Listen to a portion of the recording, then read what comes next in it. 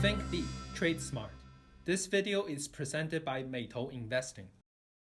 Whether you agree or disagree with the investment philosophy of ARK, one thing that is unquestionable is its super high return throughout 2020.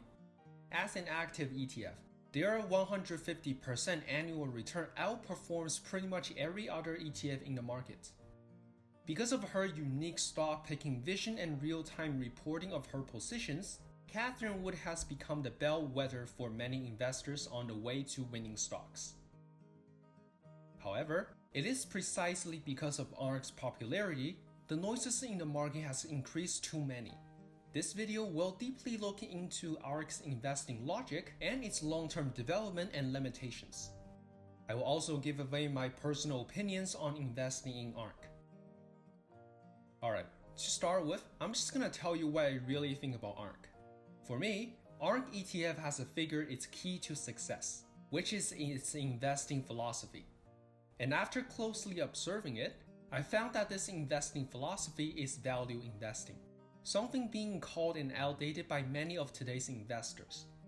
Wood's philosophy is exactly the same to Warren Buffett's philosophy.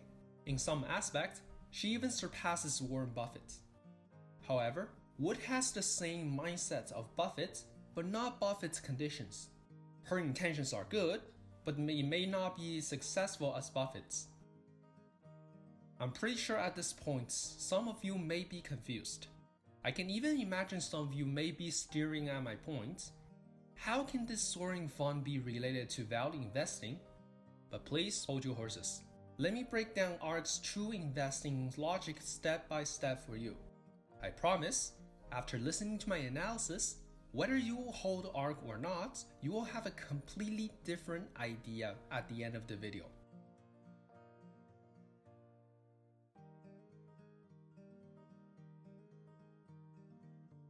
To understand why Wood's investment philosophy is similar to Buffett's, we need to review what is value investing and what are the principles of value investing. First of all, you need to buy good stock at a reasonable price. Second, the company is undervalued or unpopular in the market. And last, you must be willing to commit to a long-term investment. In the following analysis, I will break down bit by bit how ARK has been deeply cultivated and developed on these principles. First of all, we should know that ARK Fund has a very well-developed investment system. ARK is a company focusing on disruptive innovation. Disruptive innovations is a technology that dramatically innovates and improves people's lives, like artificial intelligence, autonomous driving, digital payments, fintech, biotech, and etc. These industries may not sound like targets for traditional value investors, but think about it in a different way. We all know that except Apple, Buffett doesn't invest in other tech stocks because he says he can't understand them. Therefore, he can't value them. But does the principle of value investing ever says that you have to buy companies that are easily to understand? It doesn't seem to be. But Wood invests in these disruptive innovations because she really understands them. Wood and ARK have also established a set of investment systems for disruptive innovations industries through long-term research and practices. For example, they will pay a lot of attention to the cost control of these innovative companies.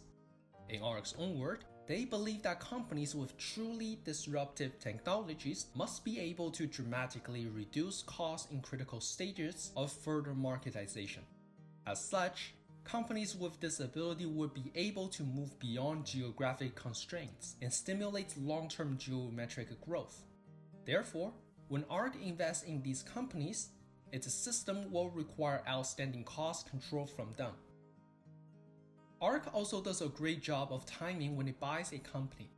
The timing does not mean time the market, but ARK has a set of systems and procedures to judge innovative companies' abilities of escaping from danger and have fast-growing potentials.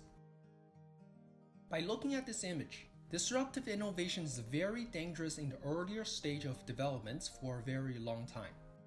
Even if the technology is solid to use, there is still a great risk of bankruptcy before it is marketized. By the second stage, People are beginning to accept the new technology and market share is increasing rapidly.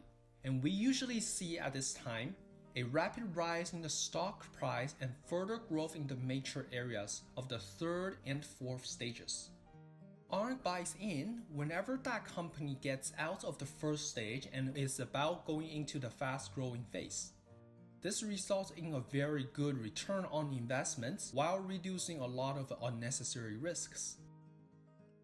The above 2 points are a set of methods developed by ARK based on its long-term research in the field of disruptive innovation to judge whether a company is a good and valuable company. Their value lies in their future growth opportunities and their ability to get out of danger. Especially the ability to keep in a safe position. This is more important and harder to judge when investing in disruptive innovations. So you see, Wood's investment philosophy is not to pursue skyrocketing in the short term, which is what many people have imagined. Everyone knows that disruptive technology has a big growth space in the future, and Wood's advantage lies in her ability to judge and control risks. This is the true meaning of value investing. As Warren Buffett has said, the first important thing in investing is not to lose money, and the second important thing is not to forget the first point. Another feature of Wood's investment system is that companies she invests in are generally low in market capitalization, and most of them have yet to turn into profitable. Valuations for such firms have long been a weakness for traditional Wall Street firms. Such as analysts at investment banks, well, for the most part, have very little understanding of the new technologies in the industry, and they often use traditional models to value those companies or simply ignore them to avoid making mistakes. Therefore, we can see that companies losing money in the earlier stages, like Amazon and Tesla, were being ignored by institutional investors for a very long time, making these good companies with great potentials undervalued by the market. In addition, passive index funds became very popular in recent years, and that turned out too much money had flew into these indices. And for these disruptive innovation companies, many of them were still in the earlier stage of development and were unqualified to enter indexes such as the SP 500, making their valuations relatively low. And Catherine Wood sees these two loopholes, which drives her to constantly buy more and more shares of good companies at an undervalued price. The logic behind this is exactly value investing. You look for good companies that are undervalued in the market. The third feature of ARK is that its investment have a very long target time horizon. Wood believes that for disruptive innovation companies, they should be given enough time to achieve investment expectations. And this time is at least a market cycle, which is generally 7 years. The average fund manager can't wait for that long time because they are under performance pressure. However, Wood is both the fund manager and the CEO of ARK, so she can make her most optimistic investment decisions without being affected by this pressure. This is very similar to Warren Buffett's Berkshire Hathaway, which is one of the reasons why Wood started ARK even at the age over 60. Finally, I think the biggest thing Wood has in common with Warren Buffett is her personality. As long as she believed in one decision, she could stand by her own points no matter what others say. The best example is Tesla's investment. Let's first disregard whether her investment is really by her vision or by her luck.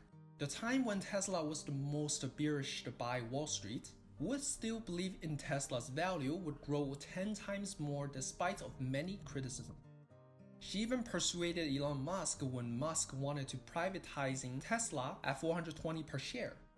Behind the success of ARK's investment on Tesla, Wood's strong personality was definitely the key. More importantly, she has the ability to think independently without being influenced by others. This is also the common characteristic between Warren Buffett, Charlie Munger, and Peter Lynch. So, it can be said that Wood has inherited Buffett's value investing philosophy and carried it forward on disruptive innovations. If she isn't a living legend, then who else would be? However, Wood's outstanding investment philosophy has also brought many hidden dangers to ARK. In my opinion, one of the biggest problems is the huge gap between how the way Wood invest and how the way people who follows her invest. This may sound a little bit confusing, but let me explain it to you. Based on the both analysis, we can see that Wood's investment strategy is to find good companies with long-term value in the disruptive innovation industry. Most of her investments take years before they really show their value. However, investors on ARK funds do not have such patience, and they are more attracted to investing in ARK by the high returns in the past year, which means that many of them are looking for a short-term boom rather than a long-term gain. This contradiction has laid a huge hidden danger for the future of ARK. Well, why do I say that? As I mentioned above, ARK Fund invests mostly in small and medium-sized and innovative enterprises, which are stocks with a market cap between 2 billion to 100 billion, and they make up 80% of Wood's overall holdings. One of the characteristics of such companies is high beta, which means that when the market goes up, they go up more, and when the market is down, they go down even more. And because of ARK's outstanding returns, whenever ARK buys a company now, it will attract many retail investors to follow. And these small and mid-cap stocks could easily be pushed up by a sudden increase in attention. This further increases the beta of ARK shares. Right now you see that the market is good and companies that ARK buys are going up fast, but what if the market is bad? The same factors that drove up the share prices will reverse and will cause the share price to fall even further. As a result, when there is a certain level of correction in the markets, it will hit ARK-related stocks even harder. ARK's investment expectation is 7 years or more, and so as long as they have enough capital, theoretically any kind of pullback is not going to affect its investments. However, this is a very different story for retail investors. Because most of them bought ARK with the mentality of seeking high returns in the short term, once the stock market pulls back, the performance of ARK-related stock price will definitely be worse. Such a stampede will lead to the rapid decline of ARK's assets under management as investors scramble to sell them. This is very fatal. Due to the rapid growth of ARK in the recent year, the scale of assets under management has increased more than tenfold in the past year. It increased from 1.86 billion at the end of 2019 to today's 28 billion. The rapid growth in the assets under management has also forced ARK to find new opportunities on disruptive innovation, or it has to significantly increase the proportion of positions it already holds. Data shows that in about 40% of all companies held by ARK holds more than 5% shares, and in the other 5% of companies, ARK holds more than 15% shares. When ARK's assets under management shrink as a result of market crush, it is going to sell shares of these companies, and because of ARK's holdings are so large, their impact on the share prices of these small and mid-cap companies is devastating. A sharp fall in the share price would cause more retail investors to redeem ARK funds, forcing them to sell more of their holdings. As a result, good companies that could grow slowly may fail in the first stage. And the investment system established by Wood that would supposedly be successful in the long run could also collapse as a result of this chain reaction. This is the biggest limitation of being an ETF. Your investment goals are not entirely under your control, but are directly influenced by the mood of the markets. But if we look at Buffett, he is doing it smartly. Instead of selling funds directly, he invests by selling shares of his Berkshire Hathaway to raise money. That way, if the company's share price falls, it won't hurt the investments he manages. He also has freedom to manage Berkshire Hathaway's assets according to his own investment philosophy, something that Wood can't do. And Wood not only was unable to do it, she also made a bad move. We know that one of the features of ARK is that they publish their positions and research results in real time. It was a good idea in the beginning, but it only helped fueling market sentiment and its impacts on this fund. Retail investors can now influence not only by overbuying and overselling ARK funds, but they can even speculate individual stocks that Wood is looking into, and they will swarm into it to influence the price. As we saw, the stock price of many good companies were influenced by the trading record of ARK, such as Shopify and Palantir. As you can see, Wood's investment philosophy is excellent and has been historically proven to be successful. She's applying the essence of value investing to the track of investing disruptive innovations. But compared with Warren Buffett's, because of the consequences due to small and mid-cap stock investments, the limitations of ETF funds, and the operation of real-time position announcements, Wood is constrained by too much market sentiment to develop her initial investment plan. In the long run, if Wood can't make changes in the both issues, I think it will be difficult for ARK Fund to continue an outstanding performance, and it would also be difficult for Wood to become as successful as Warren Buffett's. Finally, I would like to give you some advices on investing in ARK funds. First, if you truly believe in ARK, go ahead and invest in ARK, but please never copy their trading records. The reason why Wood bought more than 50 stocks in one fund is not only because she is bullish, but more importantly, she is trying to diversify the risk of an enormous fund. Disruptive innovation companies are inherently high risk and high reward. And for Wood, she can cover many failures from just one stock as successful as Tesla.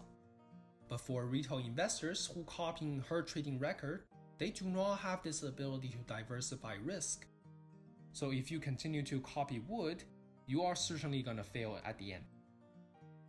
In addition, although I have stated many of ARK's concerns above, I do agree with ARK's investment philosophy. Wood's risks come from the limitation on long-term developments, which the biggest concern is that ARK is greatly affected by market sentiment when the market turns from bull to bear. But in the short term, I am still confident in the overall stock market. The stampede mentioned above will not happen anytime soon, so for those who are holding ARK now, you can certainly continue to hold it. For those who did not have the time to buy, I would also like to remind you that asset allocation is going to be the future trending, and these innovative companies that went skyrocketing last year will certainly slow down their growth. But if you are someone who expects ARK to go soaring again this year, it is very unlikely to happen. If you like my videos, please click the subscribe button. Your supports are much appreciated.